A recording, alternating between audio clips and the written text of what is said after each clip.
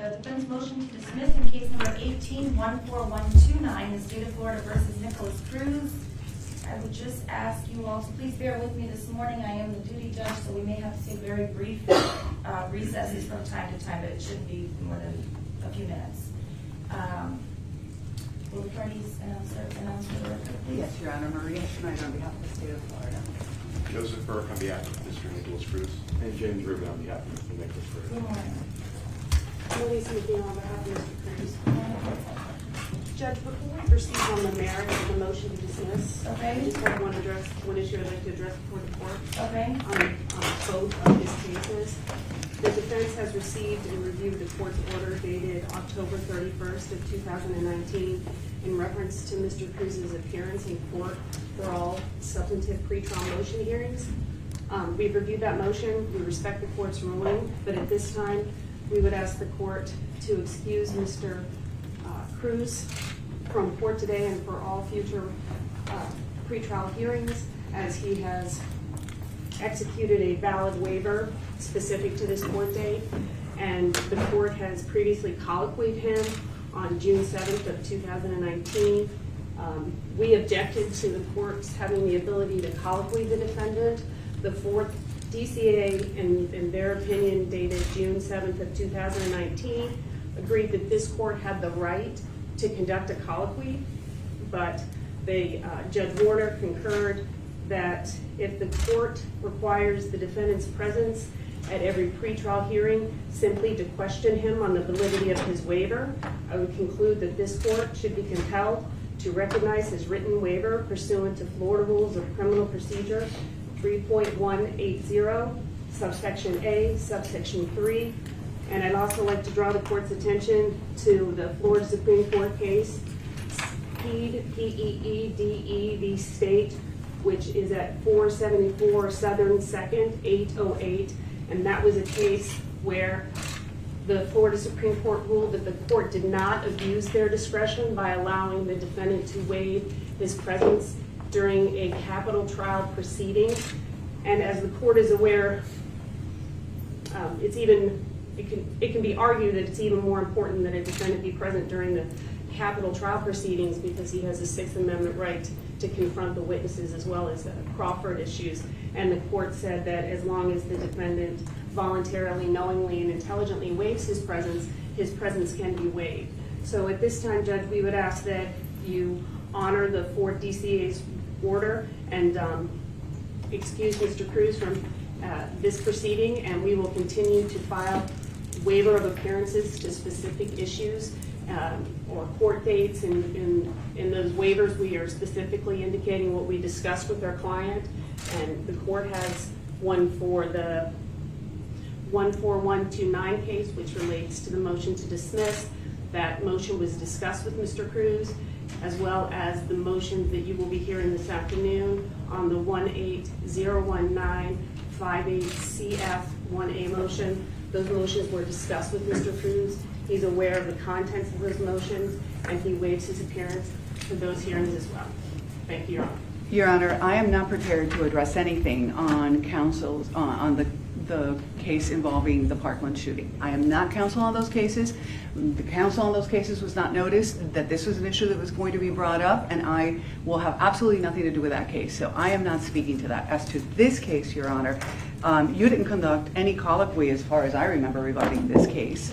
And, you know, the rules say that he's supposed to be here at any substantive hearings, and if I remember the ruling correctly on the other case, I was present in the courtroom at the time that you ruled, you did indicate that you would waive his presence for anything that was not a substantive hearing. You would waive them for calendar calls, and you would waive them for, you know, routine matters. I do not remember the court specifically saying that you would waive or accept a waiver of the defendant's presence for anything that was of a substantive nature. But again, Your Honor, I'm only talking as to case number 18-14129, CF10A. If counsel wants to bring an argument as to the other case, they need to wait till this afternoon, or they need to notice the appropriate parties. I am not speaking as to that case. And I can respect the state's position as to the other case, Judge, but then I just apply the same arguments to this case. Consistent with the fourth DCA's opinion, we do not object to you colloquying Mr. Cruz for the limited purposes of this hearing. We would say that knowing, voluntary, and intelligent waiver would stand for all other future hearings, and that would be consistent with the intent of the 4th District Court of Appeals opinion dated June 7th of 2019. I don't know if the court has a copy of that. I can tender that to the court. I have a copy. And I can reserve this other argument for this afternoon if the court wants.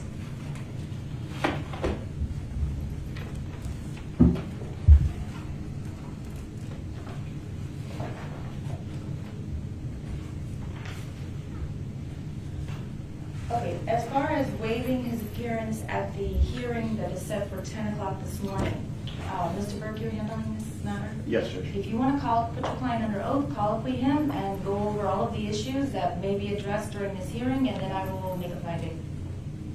You want me to Yeah, I question? don't know what exactly is going to be argued. I don't know what issues may or may not come up. You're more qualified to know that than I would. It's a legal motion to dismiss. It's really not something that my client can assist me with. It doesn't have anything to do with the facts of the case. It's just pure legal argument. Okay, but that could affect the outcome of the case, could it not? Yes, but I don't see how my client can assist me in advancing the legal arguments that we're going to be giving this morning.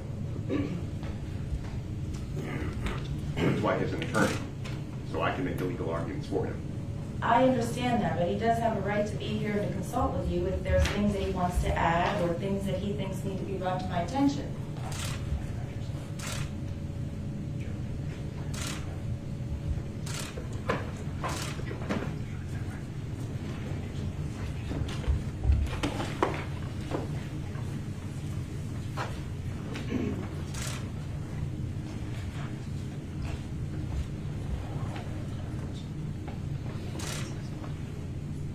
Judge, my client's waiving his right to be present at this hearing, which is his right. All right, Mr. Cruz, raise your right hand. Want me to stand? You don't have to. Okay. Do you solemnly swear or affirm the testimony you're about to give is the truth, the whole truth, and nothing but the truth? Yes, ma'am. Thank you, sir. You can put your hand down. Please state your full name for the record. Nikolas Cruz. Sir, you don't have to tell me what. I just want a yes or no. Are you currently under the influence of any alcohol, drugs, or prescription medication? In other words, I'm not asking you to list the medication, just yes or no. No. Okay? How old are you? 21. And how far did you get in school? 12th grade. You completed 12th grade? No. Okay, but you got partially through 12th grade? Yeah. And have you had the opportunity to discuss this motion to dismiss on your pending case that relates to charges or acts that were allegedly committed in the Broward County Jail? Yeah. And do you understand what this motion is about? Yes. Do you understand that if I grant this motion, your charges could conceivably be dismissed, or they would be if I were to grant the motion? Okay. Do you understand that? Yeah. Do you understand how that may or may not affect you in the future, or how that may or may not affect your other case? Yes. And have you gone over the motion in depth with your attorney? Yes. And do you understand that if you don't agree with my ruling, and let's say you were convicted in this case, you can't go back and claim that your counsel was ineffective by allowing you to excuse your appearance at a later date? Do you understand that? Yes, I understand. That's part of an appeal. That's part of the appeal process. There's a direct appeal, and then there's an appeal challenging the effectiveness of an attorney. You can't use the fact that you excused your presence, your lawyer excused your presence at this motion to dismiss at a later time as an argument that you should get a new trial or that your case should be set aside on appeal. Do you understand? Yeah, I understand. And you know what that means? Yep. Have you heard of a post-conviction appeal? In other words, where a defendant has the right to attack a lawyer's job that they did in a case? Yeah. Okay, and you know you can't argue that by waiving your presence. Yep. Okay, and has anyone threatened or coerced you into making this decision? No. Has anyone made you any promises or guarantees or anything, offered you anything to make this decision? No. Are you making this decision of your own free will? Yes. Okay, I'm going to find that the defendant is making a knowing, intelligent, and voluntary waiver of his right to be excused at the motion to dismiss this morning. And my ruling is limited to that. So the sheriff's office can go ahead and bring him down. Thank you very much. Judge, for future hearings on this case, do you want just a waiver specific before each hearing? similar to the one we did today, for the purposes of efficiency? The issue is, and I know Ms. Schneider is objecting, and I was going to get into this more at the later hearing. The issue is when we have 9 substantive motions set, and some of them could be very complex, and the afternoon before the hearing, I get a 1-page waiver that just simply lists every motion. I'm more concerned about it in your case than I am Mr. Burke's case, because there are so many things that could possibly affect his rights. So the answer is, I'm going to take it on a case-by-case basis, or a motion-by-motion basis, or a hearing-by-hearing basis. Okay. Okay? As far as the calendar calls are concerned, that's what my interpretation of the 4th DCA ruling pertains to scheduling type hearings. So those, if you want to file a waiver, a simple waiver or rely on your previous waiver, I have no problem with that. Okay, are you talking about the June 7th, 2019 order? I'm not sure. From the 4th TCA? Yes. I just want to, do you have it in front of you? Yes. Okay. But again, I don't want to argue this right now. I would ask that we not, Your Honor, because it wasn't relating to this case, and I'm not addressing any issues that relate to the other case. Okay, but you all can have a chance to bring that up this afternoon. Now, let's go on to the defense motion. Mr. Burke, whenever you're ready. Judge, as I stated previously, I don't have anything to add to my written motion. You asked for it. Somebody asked for 2 hours, I asked for a hearing. no? Oh, okay. No, but it wasn't 2 hours. I Okay. asked for like a half hour. That's fine. Okay. So you have nothing to add? I have nothing to add, Judge. Okay. The state requested this hearing. If Your Okay. Honor has any questions about the arguments I've Okay. included in my motion or the authorities, please let me know. Okay. Otherwise, I have nothing to add. All right, I think I was misinformed maybe by my staff that we needed 2 hours, so I apologize. And Judge, I wanted to let the court know, I haven't received any written response or authorities from the state that they're going to be relying on for this hearing. Okay? So I will probably not be able to respond to a lot of what Ms. Schneider says. This is a motion that I filed in beginning of September. However, I haven't received anything, but I'm not asking for more time or continuance. Let's just proceed. Okay. Your Honor, as I indicated at the last hearing, I wasn't going to provide a written response. Your Honor did ask that I provide any authority that I was going to use to the defense, but the authority that I'm relying on is the authority that he included in his motion. I'm not going to be arguing any case to the court that is not included in his motion or mentioned in one of the cases included in his motion. So therefore, I had nothing to provide. Okay?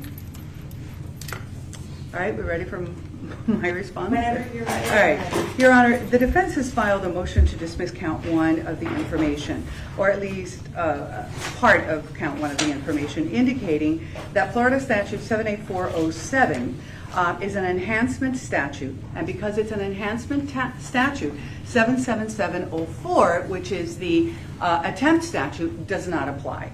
And in support of that, they've cited a number of cases, including Merritt versus State at 712 Southern 2nd 384, HES versus State at 773 Southern 2nd 80, and a couple of other cases. I'm sure the court read the motion and you're familiar with what they're saying.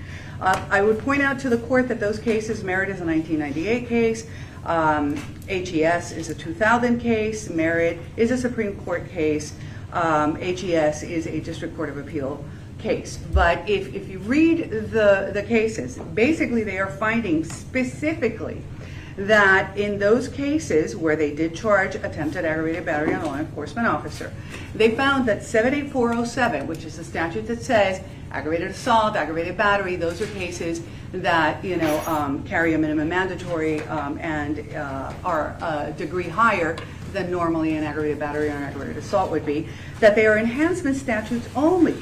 And because they're enhancement statutes only, you can't apply the attempt statute because they didn't say that attempted aggravated assault or attempted aggravated battery was part of 78407. I would point out to the court that most substantive statutes, they don't say, oh, and if you attempt to do this, it's a crime too.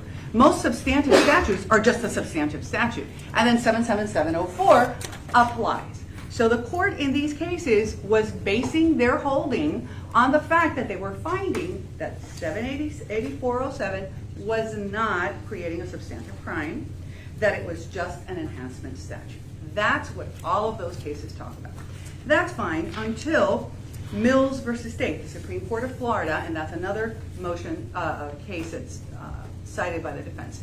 In 822 Southern 2nd, 1284, this is a 2002 case, they look at the issue again and they said, wait a minute, in Merritt, the court was saying that, 78407 did not cover attempted battery Leo because it's an enhancement statute, doesn't create or define a new offense. And they found that that was in conflict with Mills, another case that's also cited by the defense in their case. And they go on to say, 78704 does in fact create a new substantive crime.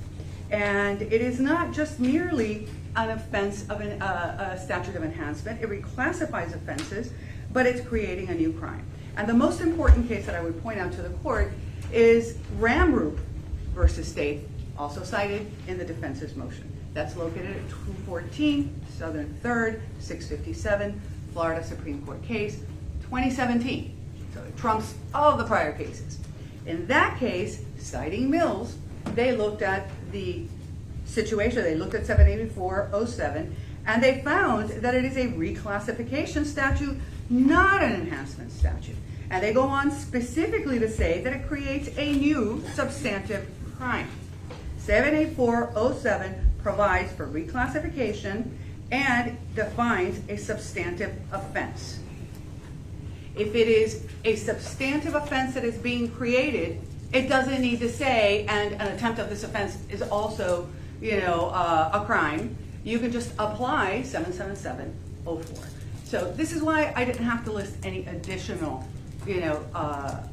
citations, Your Honor, because what they've included for you is sufficient. They're just not coming to the same conclusion that we're arguing to the court.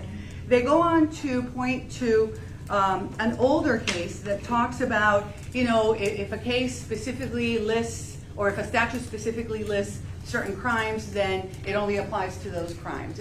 And that's fine. It's a case that's much older than Ramroop. It's not dispositive, and it doesn't apply to the particular scenario, Your Honor. Ramroop, I think, is controlling. It's a Supreme Court of Florida case. There is no case subsequent to Ramroop that disagrees with it. And all of the reasons why the prior older cases found that 78407 did not apply to attempts was because it was saying that it didn't create a substantive crime. But now we have a Supreme Court case that says, oh yeah, it does. Now Ramroop and Mills, I will point to the court. What they were dealing with there was a double enhancement because they were trying to habitualize or find defendants that were prison releasee reoffenders. And the court was saying, well, or the defense was saying, if this is an enhancement statute, 78407 already is an enhancement statute, then you can't apply another enhancement statute because that would be double enhancement. So it's not, the ruling wasn't based on the same issue that we have before you, but it's still in effect. Because again, if you go back to the earlier cases, the only reason they cite for 78407 not being able to have the attempt statute applied to it was because they were saying it was only an enhancement statute, did not create a new substantive crime, and therefore it did not apply. But that's completely invalidated by Ramroop, so that's our position and that's our argument. Okay. Judge, if I can just briefly respond. Sure. Judge, the Supreme Court of Florida does not overturn its own precedent by implication. They don't overturn their own precedent silently. If the Supreme Court of Florida were to have felt that attempted aggravated battery on a law enforcement officer were all of a sudden now an actual offense that the state of Florida could charge Mr. Cruz with, then they would have said so in Ramroop or in some other Supreme Court of Florida opinion. The Ramroop opinion, it overturned a portion of the Merritt opinion, but it does not hold that attempted aggravated battery on a law enforcement officer is an offense recognized in the state of Florida. The issue in Ramroop was it concerned a totally separate statute, 782.065, and what the Ramroop court held is, yes, that statute creates and defines a criminal offense of attempted murder on a law enforcement officer. It The defendant in that case was not charged with attempted aggravated battery on a law enforcement officer. It, however, held that the merit opinion that's in my motion, it also held that, well, in that opinion, they described it as a enhancement statute that doesn't create a criminal offense. But Judge, whether or not 784.07 creates a criminal offense, or whether it's an enhancement statute or a reclassification statute, it just doesn't matter. The reason why attempted aggravated battery on a law enforcement officer is not a criminal offense is because the statute 784.07 lists the qualifying offenses, the eligible offenses that are subject to reclassification. It only lists 4 of them, and those are battery, aggravated assault, and simple assault. If the legislature wanted that statute to create and define the offense of attempted aggravated battery on a law enforcement officer, then they would have listed in the statute as one of the qualifying offenses attempted aggravated battery. And the reason, and what Your Honor should look at, is the sister statute, I guess, it's sometimes called 782.065, which demonstrates that, well, if the legislature wants a statute to apply to attempted offenses, then they include attempted offenses in the list of qualifying offenses. In that statute, they list the qualifying offenses, and they include attempted murder as one of them. They include attempted felony murder as well, unlike 784.07, which doesn't include any attempted offenses. Judge, for the same reasons why there's no such offense as stalking of a law enforcement officer, there's no such offense as attempted aggravated battery on a law enforcement officer, because stalking isn't listed as a qualifying offense, and neither is attempted aggravated battery.